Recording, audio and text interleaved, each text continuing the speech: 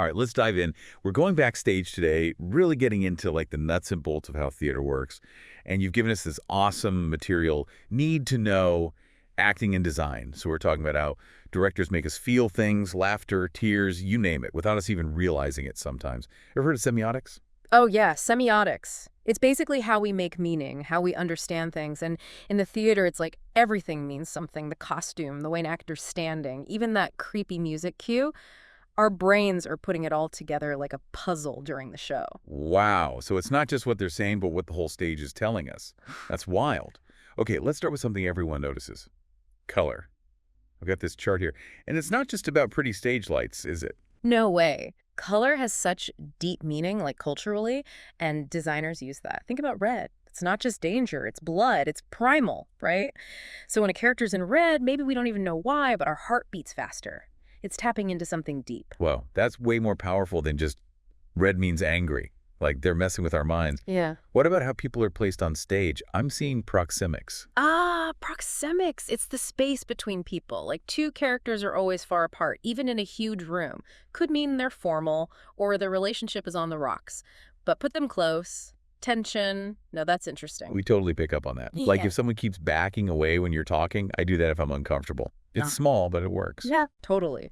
Or when a director has a character, like straightening a picture, but it's not important to the plot, that's stage business, showing you how they feel without words. Entrances, using different levels on the stage. It all builds this whole language. So we've got color whispering secrets, how close people stand is telling a story. What about lighting? This gets technical. Follow spots, barn doors, gobos. Lighting really is like sculpting, but with light. Sets the mood, shows you what to focus on. A follow spot is that bright light that tracks the main actor literally in the spotlight. Then you've got barn doors, which are like shutters for the light to shape the beam. But gobos have got to get to be the coolest. They're like stencils, right? You can project patterns on stage with them. I've seen foliage here, window frames, even whole cityscapes. Gobos, yeah. They transform an empty stage. You don't need to build a forest. You project that leafy pattern and bam, we're in a new world. It's visual magic. And speaking of, two main types of lights here, Fresnel and profile. What's the difference? Think of them like paintbrushes. The Fresnel, it's got that ringed lens, so it gives you a soft light, good for a wash over the whole stage, like if you want that sunset feeling. And profile, that's our hard-edged brush for spotlights. I'm guessing that's because it's got that plain lens. You got it. That focus beam, very dramatic, like someone having a breakdown alone. And they can even mix colors, CMY, so cyan, magenta, yellow, to get any color they want. So lighting can change subtly with the mood, like a movie score. Okay, the stage itself. We've got proscenium arch, thrust, traverse, even terms like black box in immersive theater. What's all that about? The stage shape changes how we see the whole thing. Most people know the proscenium arch, that classic picture frame stage. Audience all on one side, like a framed painting. It's comfy, everyone can see. And those realistic sets look amazing. But then you get that fourth wall thing, right? Like, even if the play is good, there's still that separation between us and them. Exactly. Now, a thrust stage, it sticks out into the audience, so the actors are surrounded on three sides, way more intimate, like you're in the scene. And then there's traverse, where the audience is on two sides, facing each other. So many options. Then those less traditional ones. Found spaces, like they're doing a play in an old warehouse or something. Right. Found spaces, put you in the world of the play. Then you've got the black box, basically an empty room you can do anything with. And immersive theater, that's next level. The line between you and the actors is gone. You might even be part of it. Wow, totally different experience. No? But going back to proscenium arch for a sec, since it's still the most common, you mentioned Blood Brothers uses a composite set, right? Blood Brothers has all these locations, houses, streets, even a prison. A composite set has a bunch of locations there at the same time, so scene changes are super fast. So smart. Speaking of Blood Brothers, what's with this narrator character I keep seeing? Ah, the narrator. Great example of meta theater. It's theater that knows it's theater. Yeah. He talks directly to the audience, comments on what's going on, makes you think on a different level. So it's not just telling the story, it's talking about the story too. Wild. Powerful stuff. Now, another element that says a lot, costumes. I bet it's not just about looking good under the lights. Nope. Costumes are like walking, talking semiotics.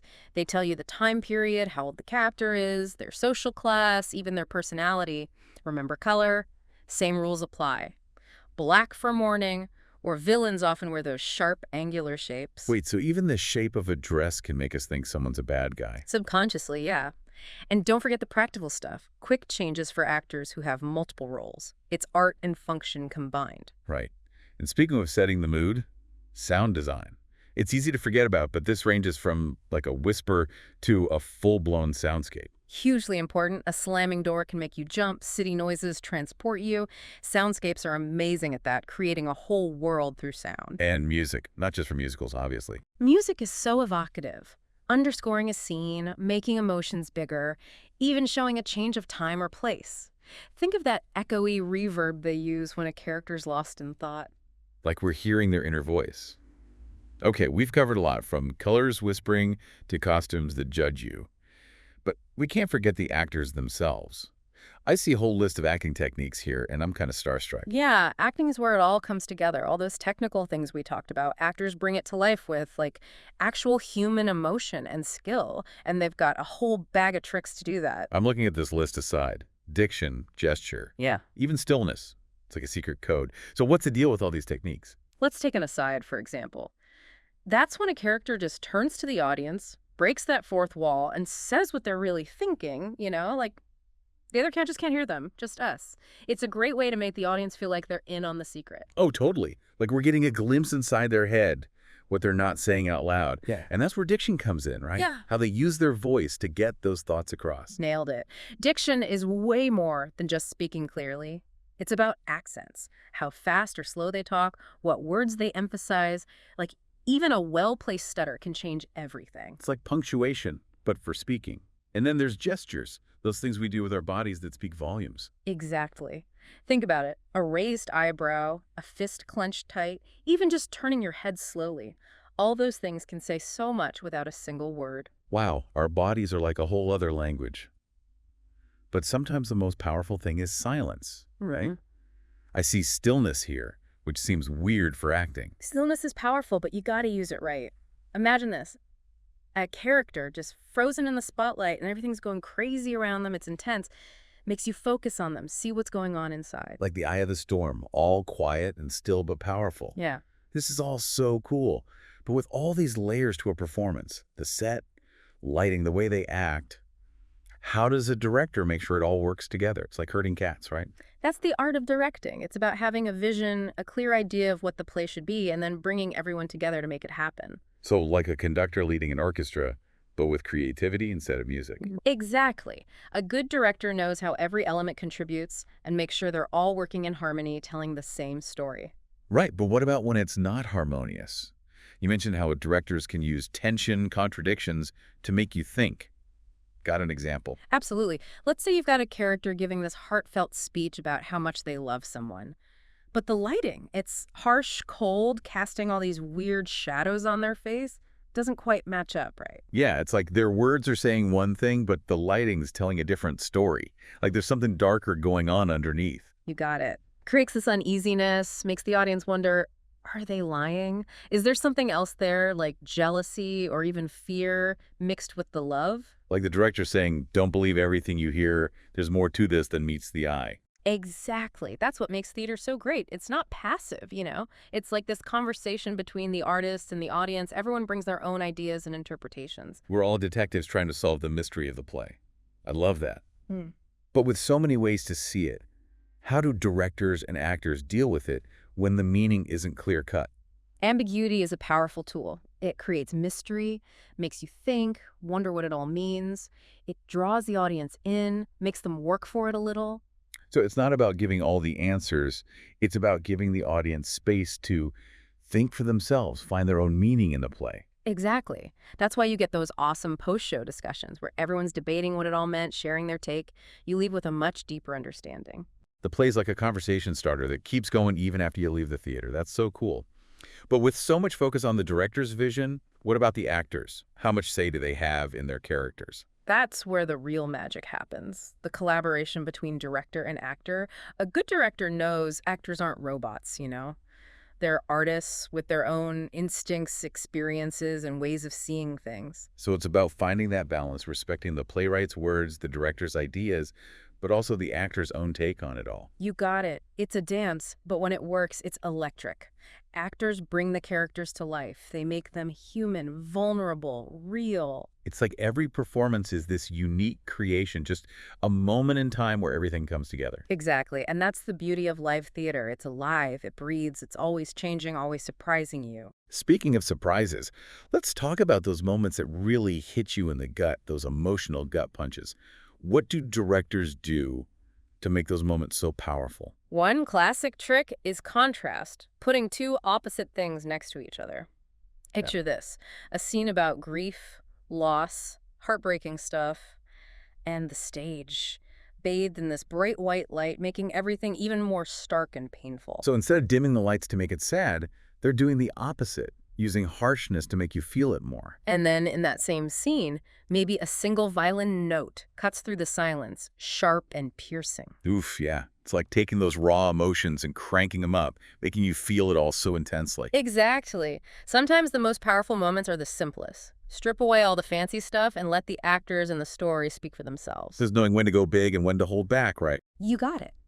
A good director knows how to find that balance, create an experience that's both exciting and emotionally resonant. Like they're playing us like a fiddle, in a good way, using everything they've got to make us feel something specific. And that playing can be a good thing. A great play makes you think, challenges your ideas, maybe even changes how you see the world. It can open your mind, make you more compassionate, remind you that we're all connected. Exactly. But don't forget, theater's powerful. Like any tool, it can be used for good or bad. So we, the audience, have to engage with it, right? Yeah.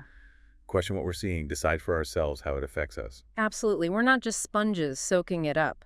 We have to think critically, come up with our own interpretations. It's about being an active participant, not just a passive watcher. Exactly. That's what makes theater so vital, so risky, so alive. It's like this reminder theater is a force to be reckoned with. It can change society, show us who we are, both the good and bad, and celebrate what makes us human. And speaking of celebrating what makes us human, let's talk about those moments where a performance goes beyond language, beyond culture, and touches something deep inside all of us. How do they achieve that kind of transcendence? It's those moments, right, where you're totally on the edge of your seat, but it's not because of some explosion. It's, I don't know, like the heart of the play is exposed or something. Yeah. How do they pull that off? It's about tapping into those really basic human emotions. Love, loss, fear, hope. They're universal, right? Everyone gets those.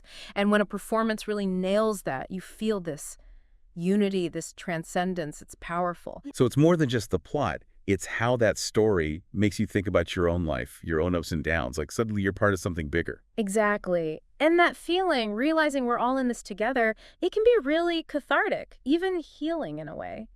Think about those old Greek tragedies. People went to experience those huge emotions as a group to find meaning in the face of suffering. It's like theater becomes this, I don't know, sacred space, a ritual where we deal with those big, messy feelings together and maybe come out the other side feeling a little less alone. And that feeling, that connection, it can stay with you even after the play's over. A great play sparks conversations, challenges what you believe, might even inspire you to make a change in the world. It can be a huge force for empathy, understanding each other, even breaking down barriers between people. Like theater can show us who we really are, the good and the bad, and maybe make us want to build a better world because of it. That's a beautiful way to put it. And it's why we keep going back to the theater, isn't it? To be challenged, to be moved, to be reminded of what it means to be human. To laugh, cry, feel everything so much more intensely. It reminds you life's messy, complicated, but also beautiful. And that even when things are dark, there's always that possibility of hope, connection, change for the better. And as you keep exploring the world of theater, pay attention to those moments that really hit you hard, those moments that make you feel truly alive. Because those are the moments when the magic really happens, right? Exactly. When the line between the stage and the audience disappears and you get swept away by the power of the story. And that is a perfect note to end on. It really is. So until next time, keep exploring, keep asking questions, and keep looking for those incredible experiences that only theater can give you.